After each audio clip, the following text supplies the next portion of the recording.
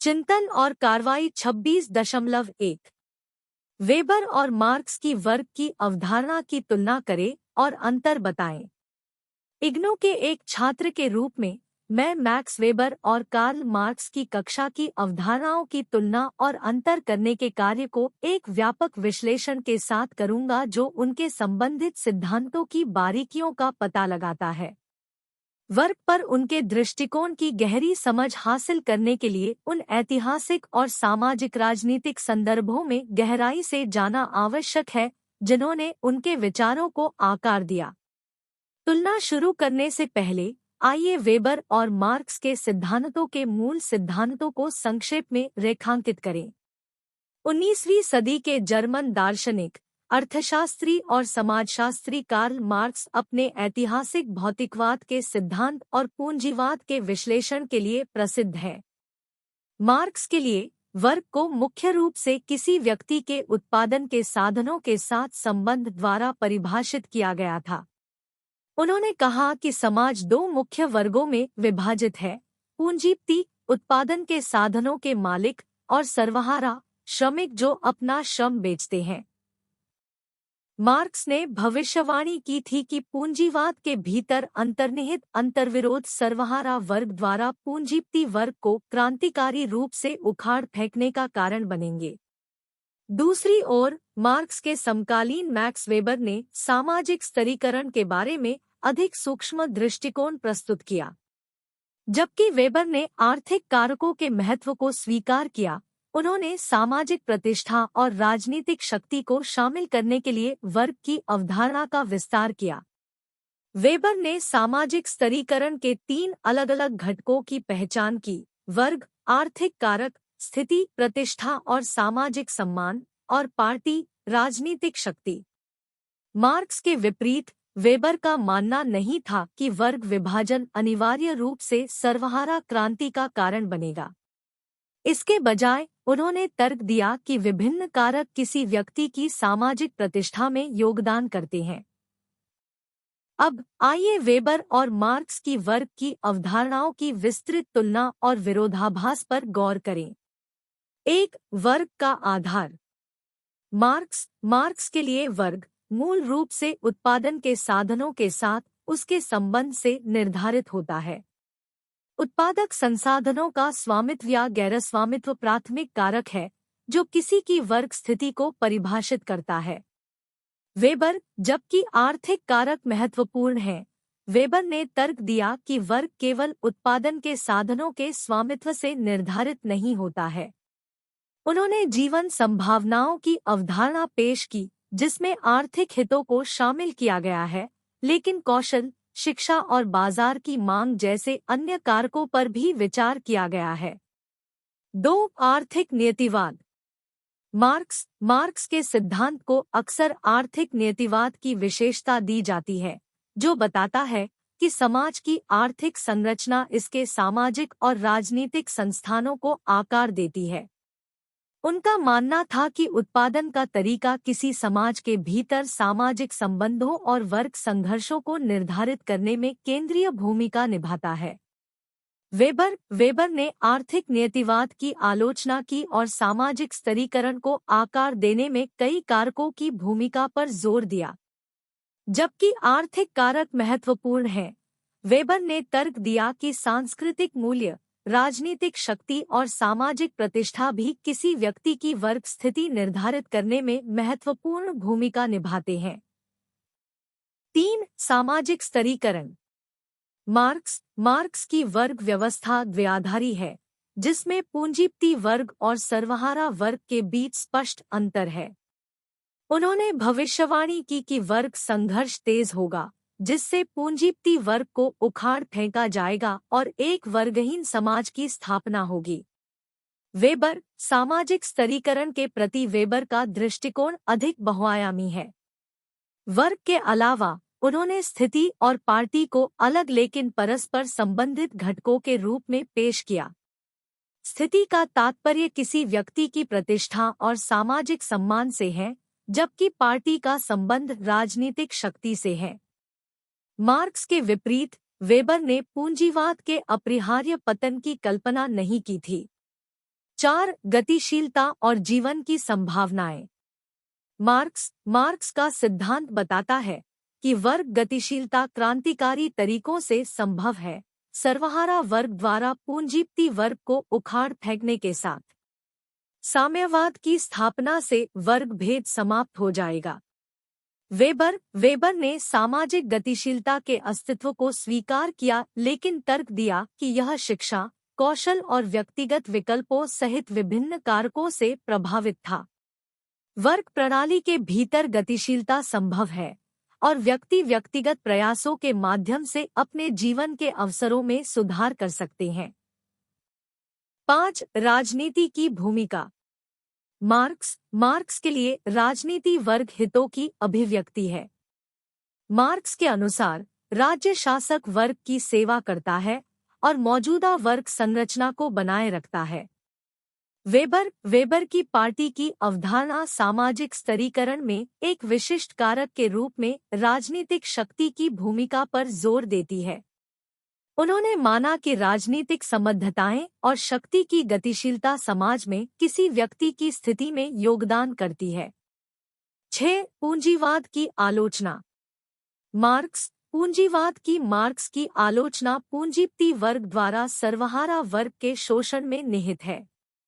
उनका मानना था कि पूंजीवाद स्वाभाविक रूप से कुछ लोगों के हाथों में धन और शक्ति की एकाग्रता का कारण बनता है।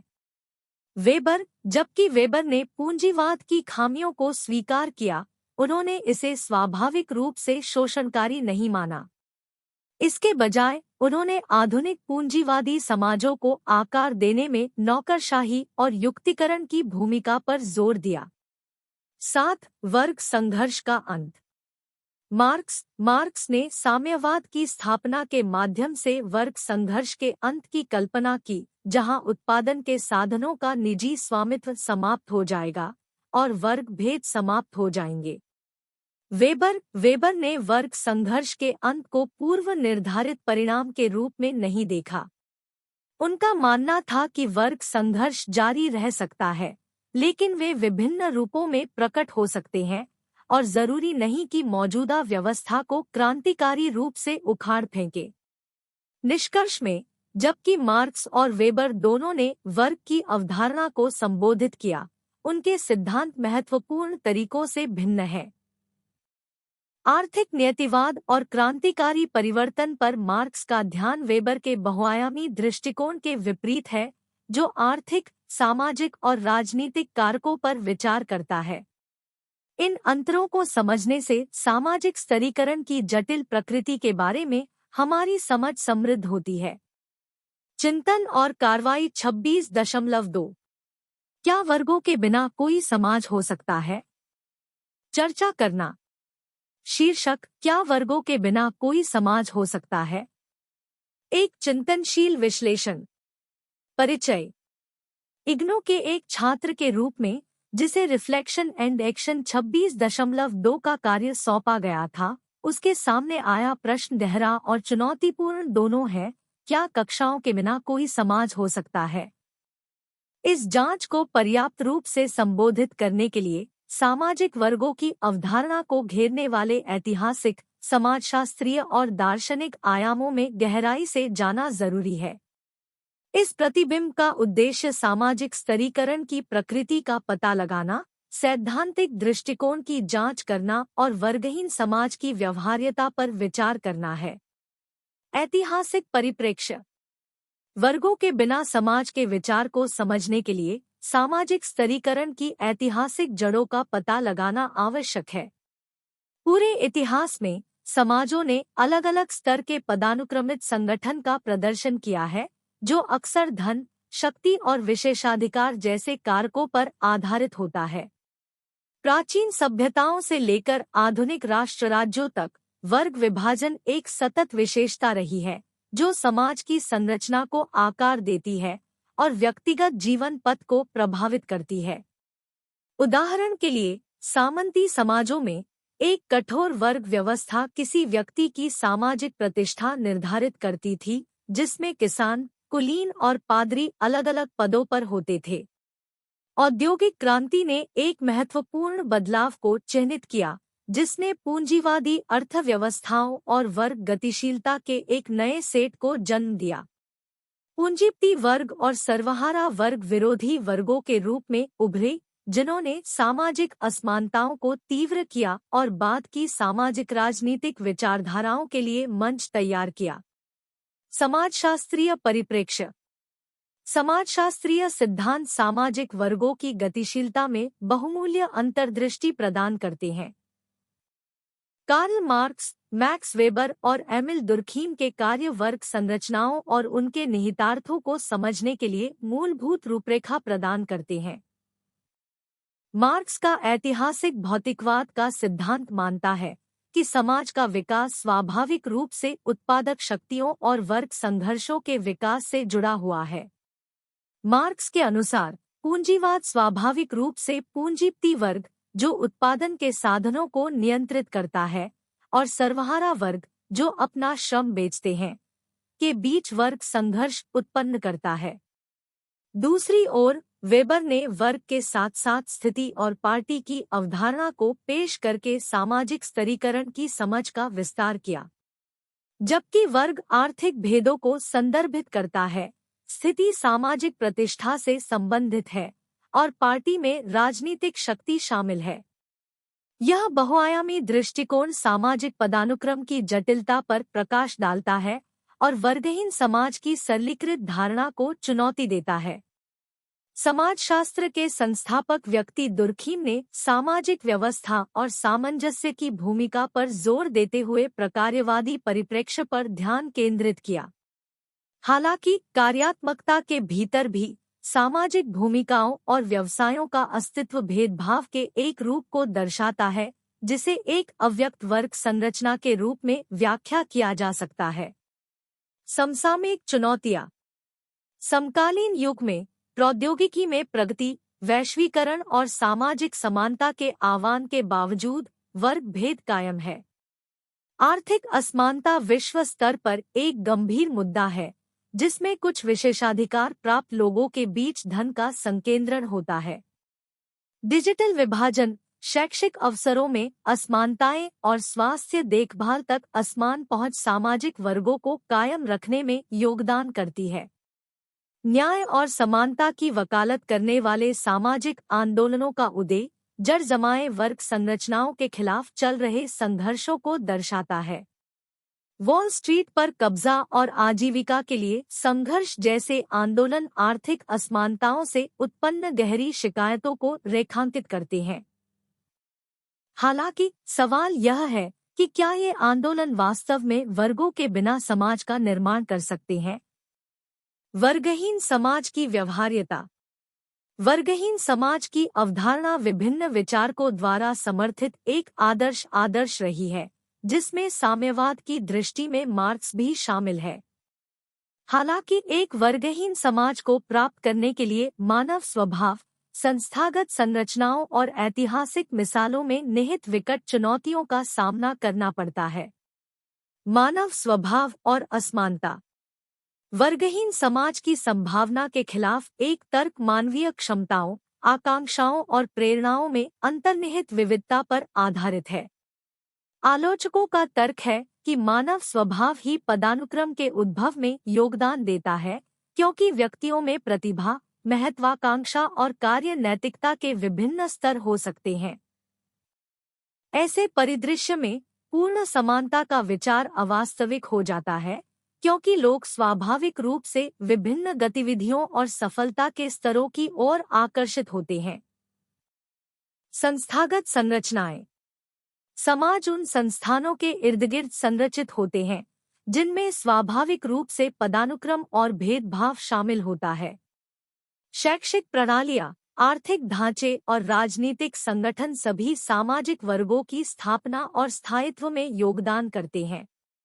उदाहरण के लिए, शैक्षणिक संस्थान अक्सर सामाजिक गतिशीलता के माध्यम के रूप में काम करते हैं, लेकिन वे मौजूदा असमानताओं को भी मजबूत कर सकते हैं। आर्थिक प्रणालियां जब तक कि मौलिक रूप से परिवर्तित नहीं हो जाती, संसाधनों को कुछ लोगों के हाथों में केंद्रित कर देती है। इसके अलावा राजनीतिक प्रणालियां यहाँ तक कि प्रत्यक्ष रूप से समतावादी समाजों में भी अनजाने में वर्ग विभाजन को बढ़ावा दे सकती हैं। लॉबिंग अभियान वित्तपोषण और कॉरपोरेट हितों का प्रभाव राजनीतिक निर्णय लेने को विशेषाधिकार प्राप्त वर्ग के पक्ष में झुका सकता है। इन संस्थागत चुनौतियों पर काबू पाने के लिए न केवल सामाजिक संस्थानों के आमूलचूल पुनर्गठन की आवश्यकता है, बल्कि मजबूत शक्ति संरचनाओं को खत्म करने के लिए सामूहिक प्रतिबद्धता की भी आवश्यकता है। ऐतिहासिक मिसालें और सांस्कृतिक कारक। सोवियत संघ के साम्यवाद के प्रयोग जैसे वर्गहीन समाजों की स्थापना के ऐतिहासिक प्रयासों की जांच करने से मूल्यवान सबक मिलते हैं। हालांकि इन प्रयासों का उद्देश्य वर्ग भेदों को मिटाना था, लेकिन इनके परिणामस्वरूप अक्सर पदानुक्रम और उत्पीड़न के नए रूप सामने आए। सांस्कृतिक कारक जो समाज में गहराई से व्याप्त हैं, वर्गहीनता प्राप्त करने में महत्वपूर्ण बाधाएं उत्पन्न कर सकते हैं। उदाहरण के लिए, कुछ संस्कृतियों में जाति व्यवस्था सदियों से कायम है, जो सामाजिक स्तरीकरण के स्थायित्व को प्रदर्शित करती है। इन स्थापित सांस्कृतिक मानदंडों पर काबू पाने के लिए एक गहन सांस्कृतिक बदलाव और सामाजिक मूल्यों की पुनर्परिभाषा की आवश्यकता है। निष्कर्ष में यह सवाल कि क्या वर्गों के बिना समाज संभव है, ऐतिहासिक संदर्भों, समाजशास्त्रीय दृष्टिकोण, समकालीन चुनौतियों और मानव समाज की अंतर्निहित जटिलताओं की सूक्ष्म जांच की आवश्यकता है। जबकि सामाजिक न्याय और समानता की खोज एक महान प्रयास है, वास्तव में वर्गहीन समाज को प्राप्त करने के लिए आर्थिक, राजनीतिक और सांस्कृतिक संरचनाओं के व्यापक पुनर्मूल्यांकन की आवश्यकता होती है। यहाँ प्रस्तुत प्रतिबिंब सामाजिक स्तरीकरण की बहुमुखी प्रकृति को स्वीकार करते हुए प्रमुख समाजशास्त्रीय सिद्धांतकारों की अंतर्दृष्टि पर आधारित है। एक वर्गहीन समाज की व्यवहार्यता असमानता के गहरे जड़ वाले मुद्दों को संबोधित करने, संस्थागत संरचनाओं को चुनौती देने और मानव प्रकृति और सांस्कृतिक विविधता की जटिलताओं को सुलझाने पर निर्भर करती है।